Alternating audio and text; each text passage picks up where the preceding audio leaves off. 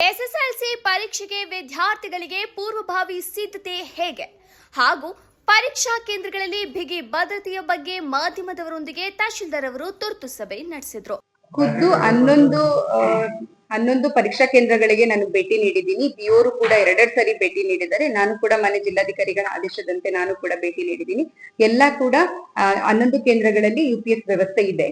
ವೆಬ್ಕಾಸ್ಟಿಂಗು ಕೂಡ ವ್ಯವಸ್ಥೆ ಮಾಡ್ಕೊಂಡಿದೀವಿ. So live ಆಗಿ ಎಲ್ಲಾ ಪರೀಕ್ಷೆ ಏನ್ ನಡೀತಾ ಇದೆ ಅನ್ನೋದ್ರ ಬಗ್ಗೆ ಲೈವ್ ಆಗಿ ಮಾನಿಟರ್ ಮಾಡೋದಕ್ಕೆ ಅಧಿಕಾರಿಗಳು ಇದೆ, ಮೇಲಧಿಕಾರಿಗಳು ಇದ್ದಾರೆ.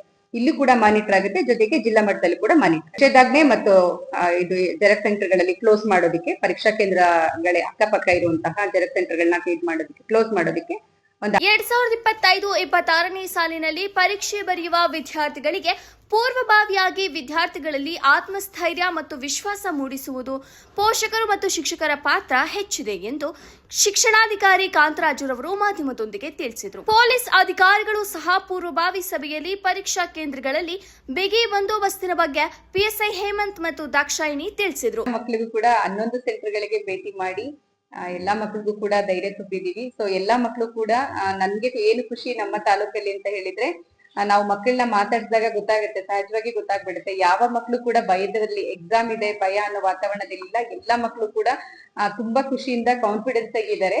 ಮತ್ತೆ ಒಳ್ಳೆ ರಿಸಲ್ಟ್ ಕೊಟ್ಟಿದ್ದಾರೆ. ಪ್ರಿಪರೇಟರಿ ಎಕ್ಸಾಮ್ ಅಲ್ಲಿ ಒಳ್ಳೆ ರಿಸಲ್ಟ್ ಕೊಟ್ಟಿರೋದ್ರಿಂದ ಈಗ ಮುಖ್ಯ ಪರೀಕ್ಷೆಯಲ್ಲೂ ಕೂಡ ಒಳ್ಳೆ ರಿಸಲ್ಟ್ ಕೊಡುವಂತಹ ಭರವಸೆನ ನೀಡಿದ್ದಾರೆ.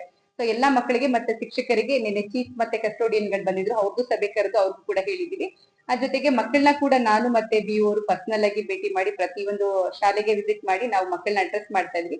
ಪ್ರತಿಯೊಂದು ಮಕ್ಕಳು ಕೂಡ ತುಂಬಾ ಕಾನ್ಫಿಡೆನ್ಸ್ ಆಗಿ ಚೆನ್ನಾಗಿ ಬರೆಯೋದ್ರ ಬಗ್ಗೆ ನಮ್ಗೆ ಇದನ್ನ ಹೇಳಿದ್ದಾರೆ, ಮಾಹಿತಿ ಕೊಟ್ಟಿದ್ದಾರೆ. ಜೊತೆಗೆ ನಮ್ಗೂ ಅದು ಭರವಸೆ ಇದೆ. ನಮ್ಮ ಎಲ್ಲಾ ಶಿಕ್ಷಕರು ತುಂಬಾ 1 ವರ್ಷದಿಂದ ಶ್ರಮ ಪಟ್ಟಿದ್ದಾರೆ. ಅವ್ರ ಶ್ರಮಕ್ಕೆ ಪ್ರತಿಫಲ ಸಿಗುತ್ತೆ ಅಂತ ನಮ್ಗೆ ಭರವಸೆ ಇದೆ.